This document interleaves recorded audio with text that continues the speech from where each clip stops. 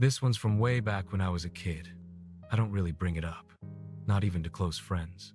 Every time I think about it, I get this weird, crawling feeling inside, like something sour turning in my stomach.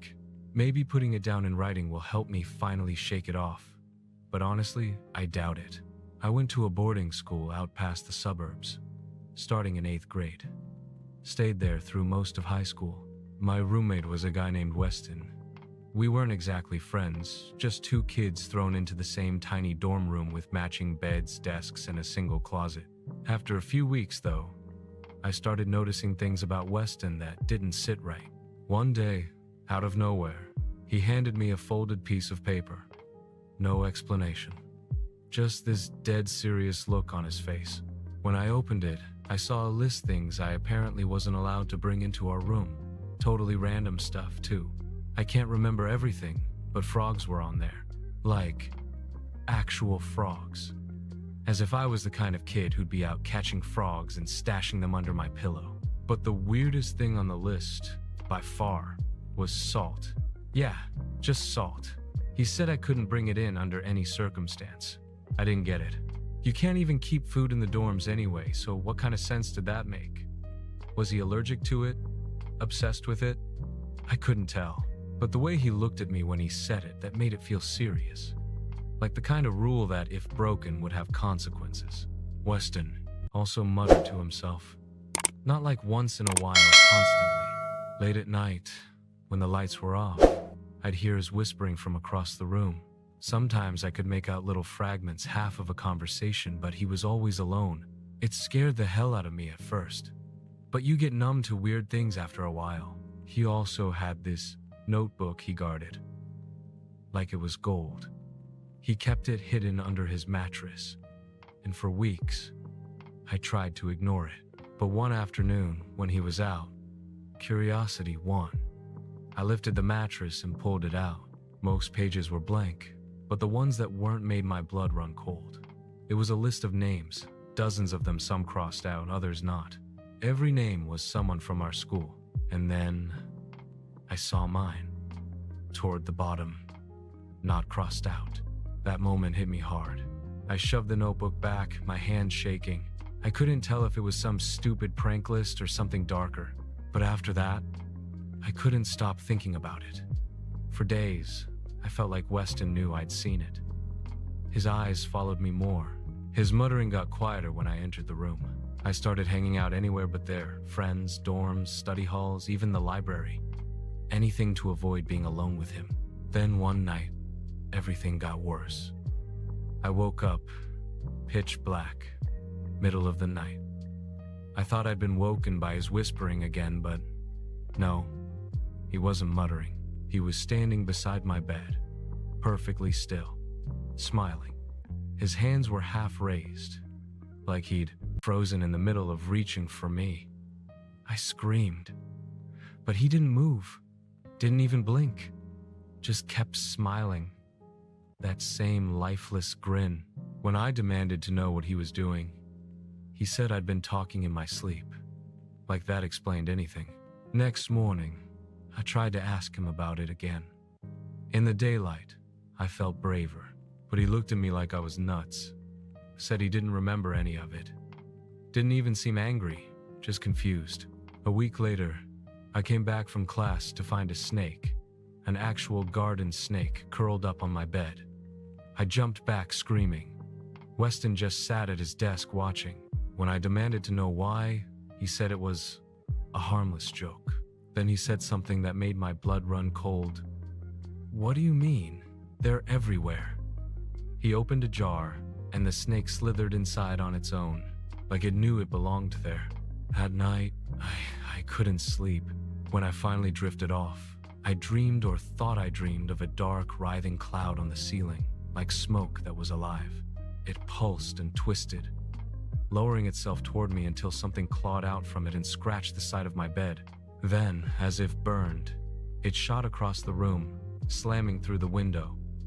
When I woke, I was staring right at that window.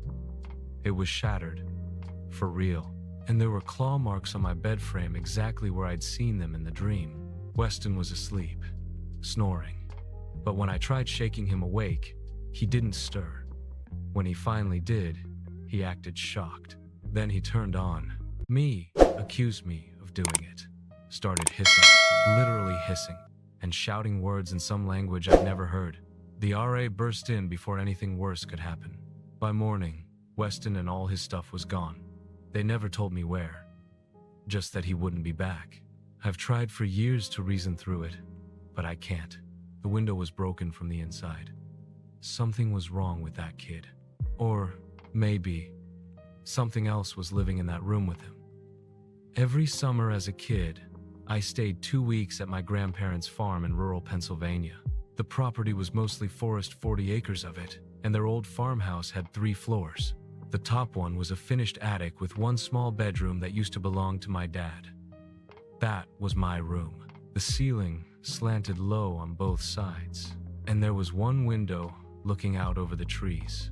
My grandparents went to bed absurdly early. By 9, the house was silent. My parents had drilled it into me not to stay up later than they did, so I'd just sit in bed reading or playing my Game Boy under the blanket. My first summer there was peaceful. The second one wasn't. A few nights in, I heard footsteps on the stairs that led up to my attic room. Slow, cautious ones, like someone was trying not to wake me. Then, the doorknob turned slowly, and the door opened a few inches. I panicked, turned off my flashlight, and pretended to sleep. I figured it was my grandma checking on me, but the door never shut again. No footsteps going back down. Just silence. Next morning, I told my grandpa. He laughed and said it was probably the house settling or raccoons in the walls, but I knew I'd seen that doorknob move. 3 nights later, it happened again, but worse. I woke up to my bed shaking. Someone was standing at the foot of it, shadowed in the dark. I couldn't see their face. I counted to 100 with my eyes closed, and when I opened them, they were gone. Next morning, my closet door was wide open. That became the patterned footsteps, the door creaking, the feeling of being watched. Every time I'd mention it, my grandparents brushed it off. I started going to bed earlier and earlier, hoping I'd sleep through it. Years later, after they both passed away, I ran into my cousin Francisco at their funeral. He used to stay at the farm too, but at different times of summer, we were catching up awkwardly, and I told him about what I used to hear and see. He didn't laugh. He just looked pale and said quietly, "That's nothing. That thing touched me." He told me the same figure stood at the end of his bed, too, but it would sit down beside him. He'd feel the mattress sink. Then hands rough, dry hands would trace his face, hold his wrist, even brush his hair. He said he always kept his eyes shut until it left. When I asked how he knew it wasn't Grandma or Grandpa, he just said, "Because their hands weren't like that." After that conversation, neither of us wanted to talk anymore. Whatever had haunted that attic, it wasn't our imagination. But whether it was something human hiding in that old farmhouse or something else entirely, I still don't know which thought is worse. When I was 9, my family lived in a skinny townhouse crammed between 2 identical ones. My bedroom was on the top floor, and my window faced another house about 20 feet away. For months, that opposite window was always empty. Then one day, a girl appeared there. She looked my age, dark hair pulled into a ponytail, yellow sweater. She smiled and waved. I waved back. From then on, every day at 3:30 like clockwork, she was there waiting. We'd wave, play guessing games through the glass, hold up drawings to each other. I'd talk, but she'd only smile and point to her ear, like she couldn't hear me through the window. When I asked my mom about her, she said the house belonged to an older couple, the Murphys. No kids. Maybe a visiting granddaughter, she guessed. But weeks passed, and the girl was always there, always the same clothes. Then, one night around 2 a.m., I woke to a faint tapping. I looked out, and there she was again. Only this time, she wasn't smiling. She pointed downward, then pressed her palms together as if begging. I froze, then crawled back to bed and pulled the covers over my head. For 3 days, she didn't show up. On the fourth night, the tapping came back, harder. When I looked, her hands were flat against the glass, her mouth moving soundlessly. Her breath fogged the pain, even though it was warm outside. I swear she was mouthing, "Help me." Then I saw it, the dark stain on her yellow sweater. I ran to my parents' room screaming. My dad checked, but her window was empty.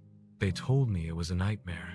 Next day, I climbed the backyard fence and asked Mrs. Murphy about the girl upstairs. The way her face changed when I described her still haunts me. She asked me how long I'd seen her. When I said a few weeks, she looked terrified. She told me to go home. That night, my parents moved my bed away from the window and hung blackout curtains. Said it was to help me sleep better. They told me I couldn't wave at the girl anymore, that I was too old for imaginary friends. We moved about a year later. I didn't get answers until I was in high school. My mom finally told me Mrs. Murphy's story that the family before them had a daughter named Jenna, 11 years old, killed by a car right in front of that house. She'd been wearing a yellow sweater. The Murphys tried to use her old room, but strange things kept happening until they sealed it off completely. I'm 34 now. My house doesn't have any windows facing another home. That's intentional. Sometimes, though, in dreams, I still see that girl. Always in the same yellow sweater, always behind glass, and she never smiles.